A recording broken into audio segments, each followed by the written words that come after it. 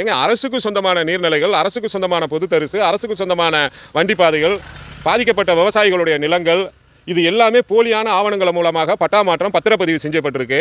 இதுக்கு எல்லாமே சம்மந்தப்பட்ட அதிகாரிகள்லாம் உடந்தையாக இருக்கிறாங்க. இது சம்மந்தமாக நம்ம வந்து பார்த்திங்கன்னா பல முறை இது புகார் மனு கொடுத்தோம். எந்த ஒரு நடவடிக்கையுமே எடுக்கலை. அப்போ எங்களுக்கு மிகப்பெரிய ஒரு பின்புலம் என்னன்னு பார்த்தீங்கன்னா, இதில் இந்த தொகுதியினுடைய லால்குடியினுடைய எம்எல்ஏவாக இருந்து அதற்கு பிறகு திருச்சி பக்கம் வந்து இன்னைக்கு மந்திரியாக இருக்கின்ற அமைச்சர் அன்பு சகோதரர் கே.என். நேரு அவர்களை பார்த்து கேட்குறோம். நீங்கள் வளர்ந்த பகுதி, உங்கள் அப்பா வந்து பார்த்தீங்கன்னா ரெட்டிமாங்குடியில் இருக்கும்போது சிறுகனூரில் ஒரு சாதாரண ஒரு ரைஸ் மில் ஆரம்பித்து அந்த ரைஸ் மில் மூலமாக இன்றைக்கு இவ்வளோ ஒரு வளர்ச்சியை நீங்கள் நோக்கி போயிருக்கீங்க. உங்களை வளர்த்து விட்ட உங்களுடைய தாய்மண் அளிக்கப்படுது அந்த குமுளூர் பகுதியில். நீங்கள் ரெட்டிமாங்குடியில் தான் உங்கள் பூர்வீகமே இருந்துச்சு.